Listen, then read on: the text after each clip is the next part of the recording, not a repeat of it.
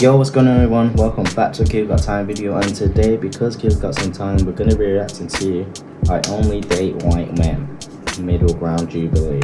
Now, this is a part 2 video. The first part is like, I did record that a good couple months ago.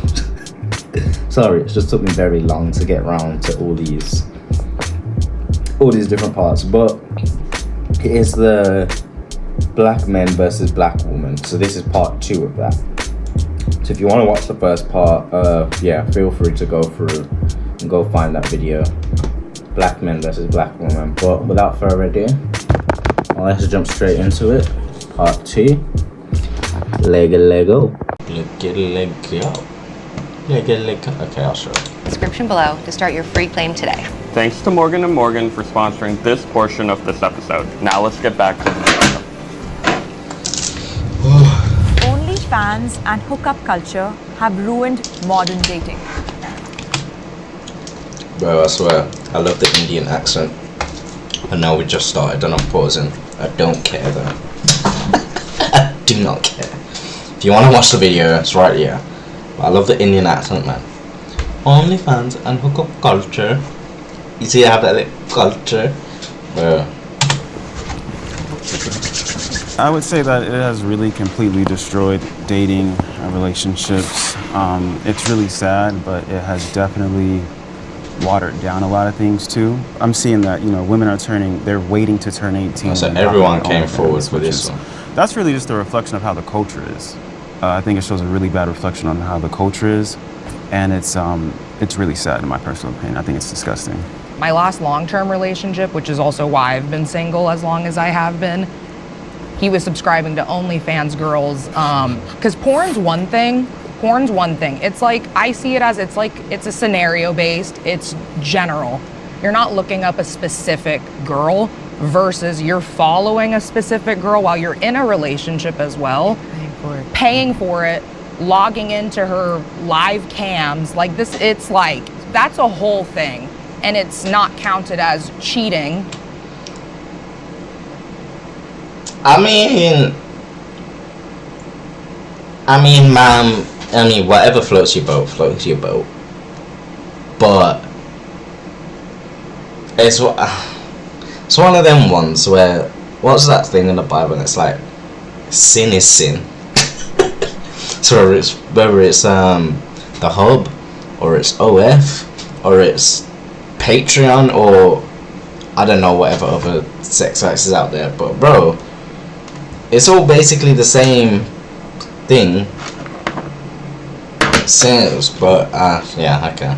In a lot of men's eyes, because you're not physically touching anybody, but you might as well be. It's a fantasy. Unfortunately, one of the first things I do when I go on a first date, I am gonna look at who you're following, because on Instagram, it's public. If I see a guy is following all these like big booty Latina,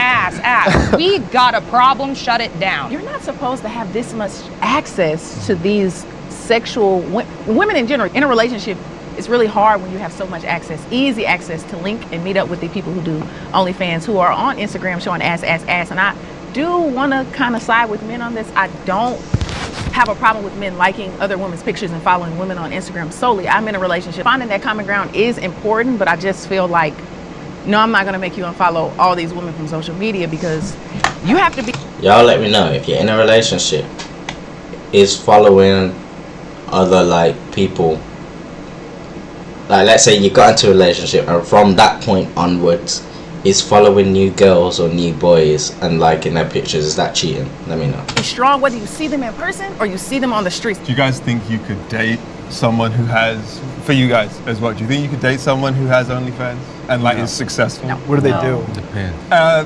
don't know. Okay, let's start off with they just post pictures. They don't have sex with anyone. What kind of pictures? Naked pictures. No. What about the feet pictures? Okay, feet pictures. Yeah. That's cool. If you're posting something, Feet pics, I can get behind feet pics. I can get behind feet pics. I can get behind bikini pics too. I can get behind that. That's a bit of a push, but depending on how much money you're bringing in, we can have a conversation on that. Anything past that though, yeah, so foot pictures, whatever, man, go get it. Because we're talking about OnlyFans from the subscriber perspective. I always wonder, what if you met someone who you're like, she's really cool, great personality, very attractive, but her job is OnlyFans. You'd be setting yourself up for failure. Why do you think so? Look at her character. You don't think she's gonna not cheat on you? I don't know. I don't think $1 it's million being on- subscriber. I don't husband. It's a major red I flag. got you a Rolls Royce. Major red flag. Not necessarily. It doesn't necessarily mean, though, if you're an OnlyFans creator, that you would cheat. It depends. It's all circumstantial, and it's Yeah, I don't think like it you depends. can. If she's really, sleeping I with don't think other you can people, stand I'm on still that. talking. If she's sleeping with other people, I mean, yeah, then she's sleeping with other people on camera. But most of the OnlyFans creators that I've heard about, all their content is by themselves. So I don't think it. Again, I don't think it directly means being an OnlyFans creator would mean you're going to cheat. In the sense of someone who's posting pictures, she may not have just had someone in her life to tell her, like, hey, you should want to keep that for yourself. Would she and listen? Would she listen to that? Will she listen? I mean, I grew up hearing that. I'm not on OnlyFans. We're speaking about me, but I'm just saying in general. Some women who are in the sex culture, who are in pornography, there's the disconnect between self and I know a lot of sexuality. women in that culture. Do you think that feminism played a role in any of this? I mean, the liberation of like Women. free choice, do what you Yes. want. Get You back shouldn't at face men. repercussion. I mean, I wouldn't say get back at men per se, but I think it's. But that's dangerous to say that's what feminism not is about men. about, and where it stems Pretty much from. is today. It's pretty much they just want to be able to do whatever they want and have no consequences to their actions. I think that's an umbrella. Yeah, I feel like you cite a lot of things too that don't really have backing as well, and you make a lot of broad statements. They're true though. I think feminism maybe played a part in it, but I don't think it's the reason why women are on OnlyFans. I agree. Right? I think it's I think it plays capitalism. I think it plays a big role. It's No, it does. It Okay, does. I mean, Women this, wanting independence, OnlyFans being the Yeah, and easy it- way no, out. no, I agree. It's this whole idea that, 10K like, a month? again, sexual revolution, capitalism. It's the fastest way to make money. Basically, prostitution is the Right. oldest profession. I think. Yeah, I was just when- about to solely because you brought up prostitution, but before now, women weren't allowed to have bank accounts. If you did not have a husband or a man taking care of you, what were you left with? I don't think that it's because of feminism. Yeah. We have to be very careful with how we're speaking about that term. Although I know that there's a lot of controversial things about feminism, but I don't believe that OnlyFans. Here's my thing, right? I feel that feminism, especially, I feel within it, it's a very small sector of people that just their opinions get heavily amassed, pushed out on the internet. So now it's all part of our algorithm. So we see this and now we're like, oh my gosh, men are doing this, women are doing this, women are doing that, men are doing that. When really it's only like a very small subsector of people that have just been pushed out, and now everyone has this narrative. That's what I feel with a lot of these causes and whatnot. But yeah. Okay. As a result of feminism. Yeah, I wasn't saying as a result. I Definitely was saying like it stems plays a from that. majority. Yeah, of it it. definitely But if stems from prostitution role. is the oldest job in the world, then it predates, It predates feminism. So I would say, to your point, it is because social media has become such a way to earn money quickly that then prostitution has just evolved. I would say that's all of that. I would say Yeah. it's a combination of all of that, not just one or the other, but both. Prostitution, I think before it was still kind of taboo. I don't know if OnlyFans is as taboo as like a traditional prostitute. When COVID started, I think Yeah, that's true. Prostitution is still like, whoa, you're a prostitute. I mean, doing OnlyFans basically prostitution, but like physical in the form prostitution has and always been seen like, whoa, as I said, taboo. But OnlyFans now, that's like, oh, you're an OnlyFans creator. So are the other 50 women that I've seen on my For You page today. So it's not like, like the amount of girls I knew who were just regular girls, like, oh, join my OnlyFans. Hard times may leave you on the street. Survival mode. Yeah, survive. Honestly, it's just honestly, it was very dangerous to be a prostitute during COVID, and so all right, we're gonna try to do something that's Wait, so to get out of survival mode, shouldn't we be finding ways to get together so there's 2 incomes and not 1? But you just said you wouldn't want to be with a woman that So maybe, is in survival mode. maybe like, you know, don't join OnlyFans, but find someone to, you Lower, know, like, lower your standards. Like, find someone they're to not get going to with. lower their standards. like They shouldn't have to though. You don't have to. No, you don't.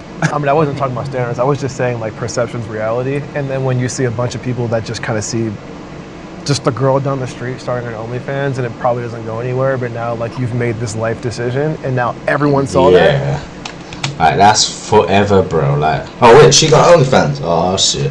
Can't fuck with her. She got OnlyFans. Oh shit. It's like the plague, bro. You got OnlyFans. You got OnlyFans. You got OnlyFans. Like, bro. Whatever happened to herd immunity? This makes you wonder where we are as a society. Everything now is just oversharing Yeah. in Yeah. this That's culture. social media. So I think again, it's just like a natural, like, you know, people share every single sexual story. People Yeah. share every single like whatever thing. So I think people are like, well, I'll just share my body because that's the same as a story. But do you guys feel like men play a role in women getting online and showing their body off? yes. Yeah, it's a market Absolutely. for it. 100%. We play a role Bro, in what you do. bro, with it's your our body. fault. You buy it. It's our fault. We're buying the shit, bro.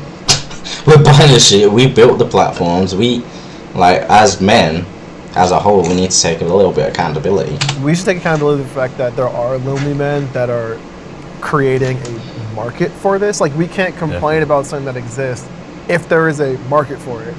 That said, though, I don't think we should take accountability for the fact that the men are lonely. I have felt more judged by black people than any other race. Oh, what race have y'all felt the most judged by? Ooh, if it's not black, it's Asian, but yeah, one of them two.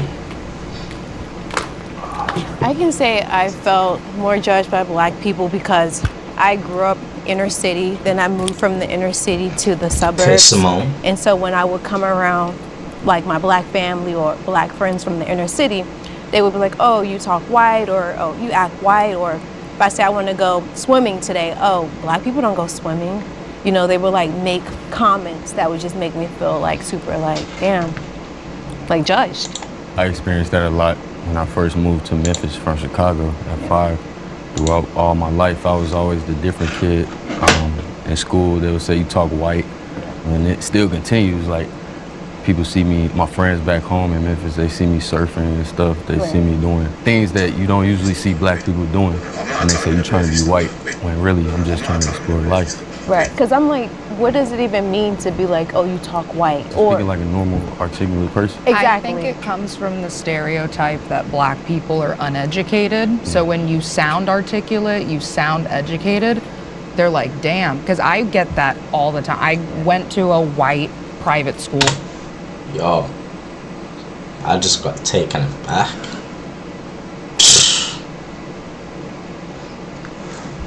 I might have to slide in them messages. Damn, she beautiful. What do I say? Shit. Let me ChatGPT this.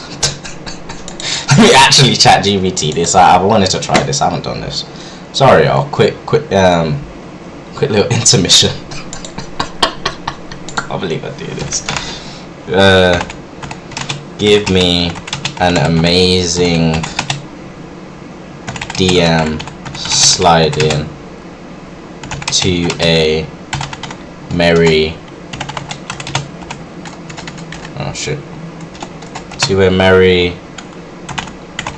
Christmas story. I'm just spelling shit wrong. She's a beautiful dark skin woman. Merry Christmas. I hope you're surrounded by love and good vibes today. Honestly, I had to message you because your energy always stands out. And it seems like it's shining even brighter this season. How's your holiday going so far?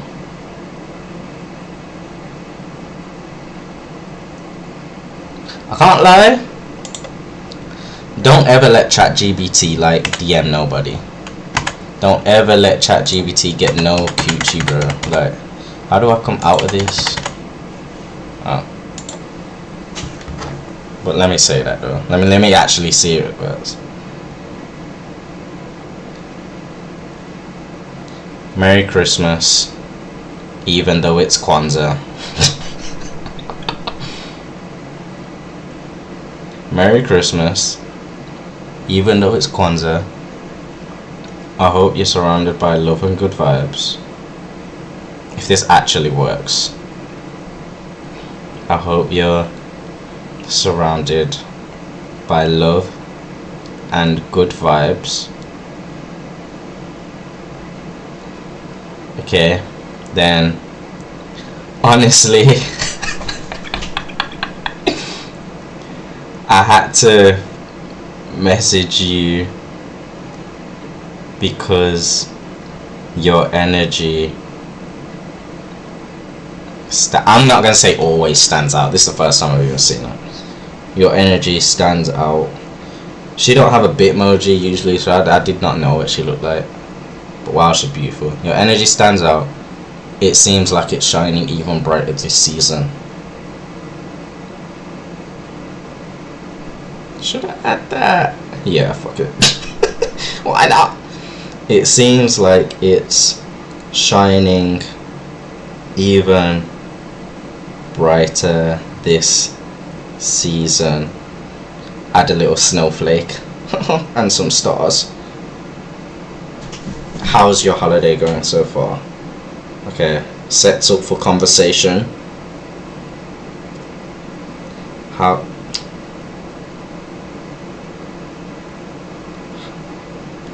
How's your holiday going so far? I actually sent it. Bro, I actually sent it. Damn, that's a big message. Bro. She gonna look at me and be like, he's this nigga fam. Yeah, over with. I'll update y'all on what happens with that. Lol. She ain't gonna text me back. Half of middle school, high school, all of college. It sucked to be in predominantly white communities where even the black people were saying the same thing as the white people to you. It takes a real toll on you because when people were telling me that, like saying you talk white, I would try to change the way I talk, try to fit in. And I was speaking ghetto, that Memphis accent. You hear me? Like I would talk. And like, that's not normally how you talk. And luckily, I got rid of it and went back to the speaking To the who way you are. it really was. Yeah. I definitely think it's like crabs in a barrel mentality. And it's kind of like, okay, what can we relate over? And that is the struggle within the black community. There's certain like experiences in which we find commonality or common ground. And when we see someone with a more established upbringing, like you guys were mentioning, like if someone goes to private school, I went to private schools, you know, or it's your whitewash. Why do we associate success or being knowledgeable or speaking a certain way with being white? To hold ourselves accountable within the black community would be to stop judging each other on our level of quote unquote blackness, because that is where I do think the issue is stemming from. And I think within our community, if we're telling me, oh, you're an Oreo, because like really? No, I'm educated. We need to stop talking down to each other because we have those qualities. It's not a bad thing to be articulate. I think that's the majority, and we're the minority, sadly. It's like we gotta leave them on the plantation. Yeah. Yep. All right. Can we have the disagree step forward? I would say that is an issue within the black community where they try to say you're not black because you sound a certain way. I think that's ridiculous. Like, we're black because we're black, right? But yeah, like I tune a lot of that stuff out. It's just if I can't use it to do something that will better my life, it does not matter to me. And I think because of that, I disconnect from a lot of black women and some black people because I don't like being a victim. I cannot be a victim. I'm like, what is the issue? Let's work on the issue. Yeah, it might be a little harder, but that's fine. You know, there's no growth without opposition. So it's like, let's just go. Let me ask you all a question. Are people still telling you all, you talk white. Is that an experience that you're all Yeah. experiencing now? Yeah. Right now. Absolutely. Wow. Oh yeah, you know Simone gets that. You know Simone gets that, bro. I have the ability to code switch. Look at this. I'm not hating on the fit or nothing. I'm just saying by what she wears with the afro, you can tell that she gets. Oh, you don't seem black. You don't talk like you're black. Yeah, she gets that a lot. I'll be honest. I can definitely, you know, like it's a switch. I do for me. like the color blazer though. I do Talking fuck white, with you know, it. it's more so like I do like that color. you going somewhere. I've heard that my whole life from our community. I hate to use the word code switching because I know slang, but that's our language within the community. But outside of that, I am a very intelligent individual, so I know that I need to speak and not use Ebonics so that you'll be able to understand me. And I think that in itself outlines the fact that I feel more judged by those outside of my culture, outside of our race, than inside. Walking around in society, I'm automatically judged by people who are not black because I'm black, and they have an expectation if I'm not dressed properly, if I don't carry myself a certain way. And I understand that, to your point, like I refuse to be a victim, so I'm going to okay, whatever it is, like I'm going to present myself the best way possible so that I know I might be judged a little bit walking through the door, but at least I'm giving myself an opportunity. But yeah, I think black people, we might give each other crap for like being different, but at least I feel like we always have each other, most of the time, we have each other's back, I think, as black I don't people. think so. I don't think so. Especially not a black man with a black woman. You don't think so? No. I agree. Hold on, Simone. Hold on. Wait a minute. Who the fuck are you? I agree there because I think that when black people at school said that I talked white, and especially with a British accent, it's even more like white. It was always more, like you said, it was kind of just like, we're in the community together.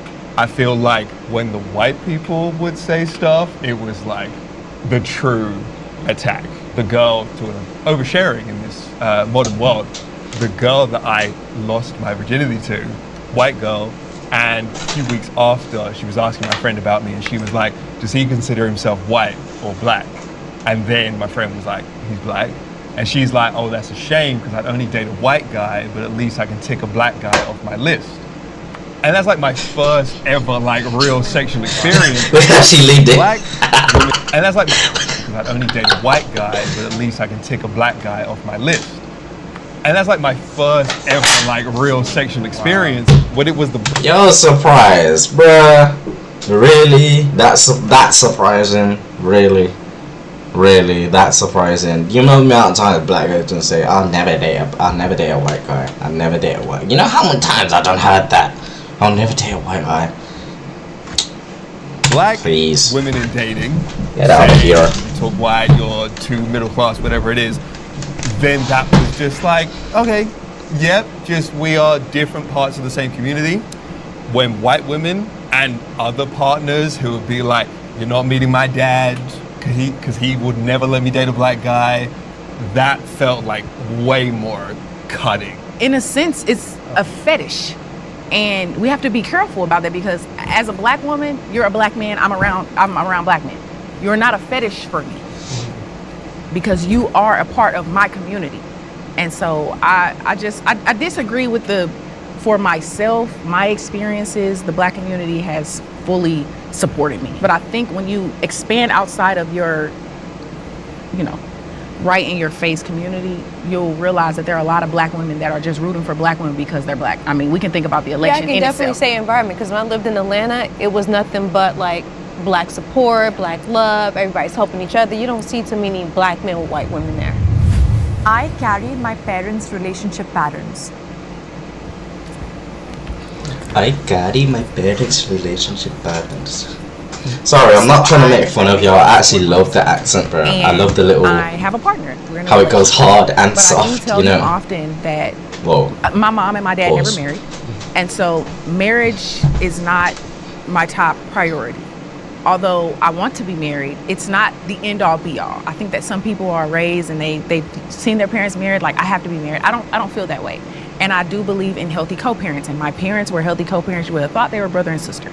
So I do believe that if our relationship ends, I would be okay. I am open to being a co-parent. So I'm in the middle with this one actually, but I was leaning more towards agree with the statement. I definitely learned unhealthy relationship habits from my parents, and they're actually the model, hi mom and dad, the model of a relationship that I am trying to avoid, and they're the reason why I know like your partner is sorry.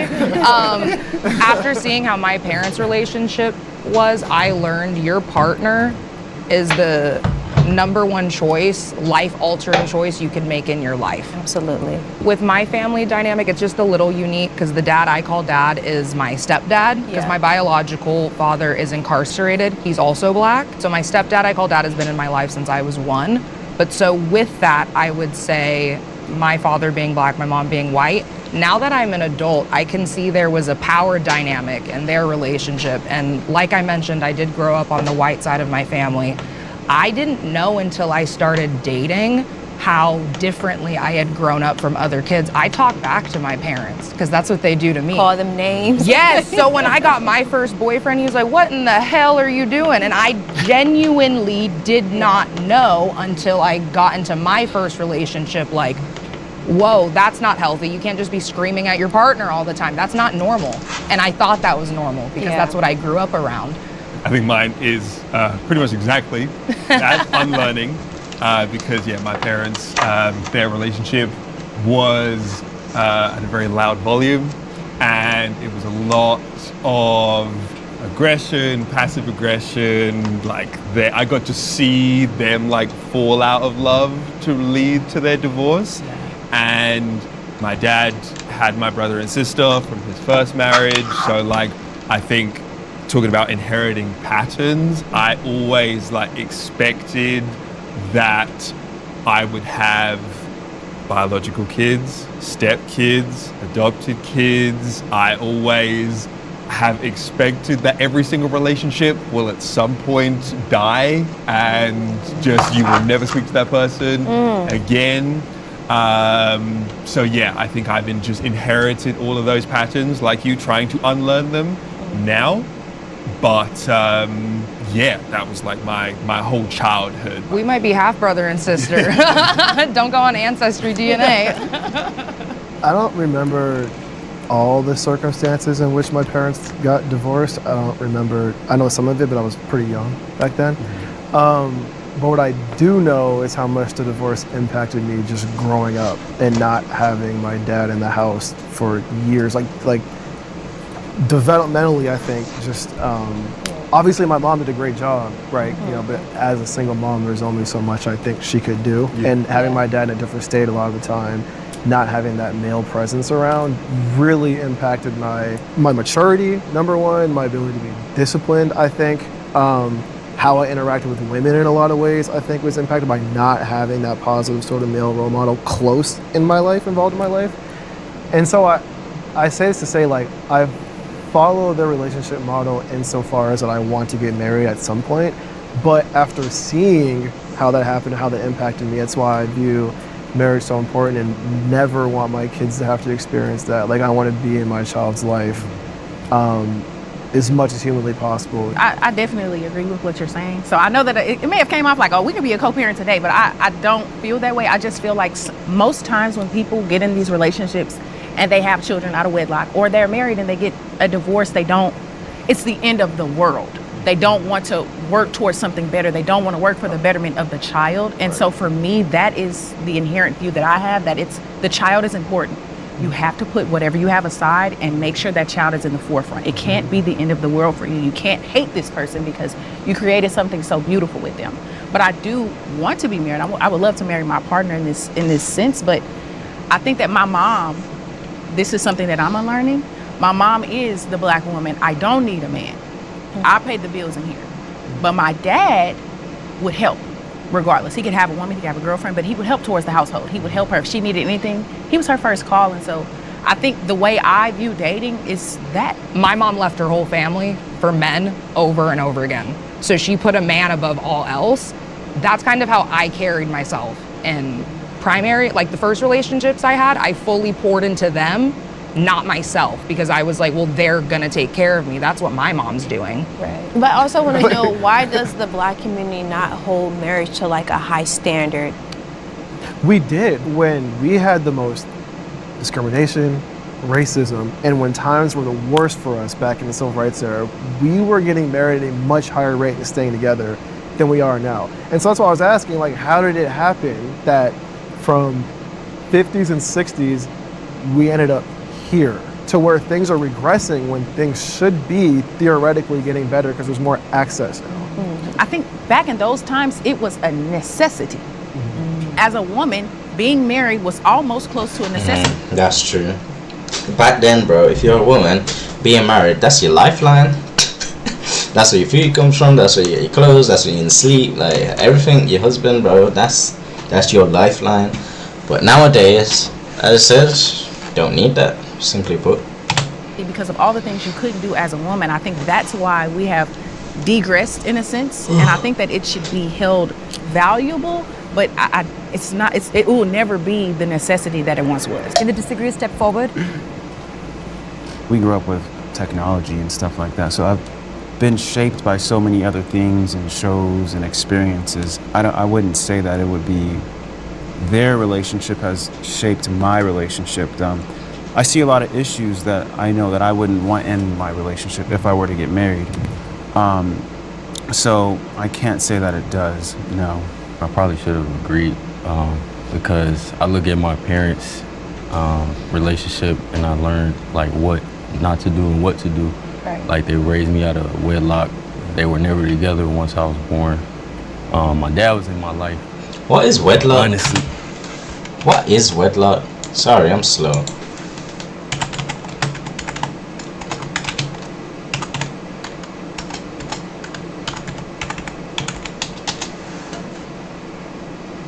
State of being married. Wedlock refers to being married. Who legally married can also refer to children born outside of wedlock. Oh, okay. Which are considered illegitimate.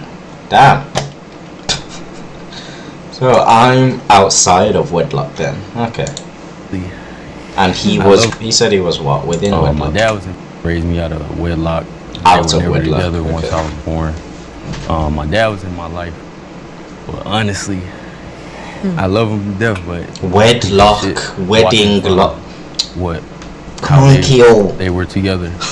I'm doing the total opposite. I have to stick with my partner forever if we're gonna have a kid, no matter what.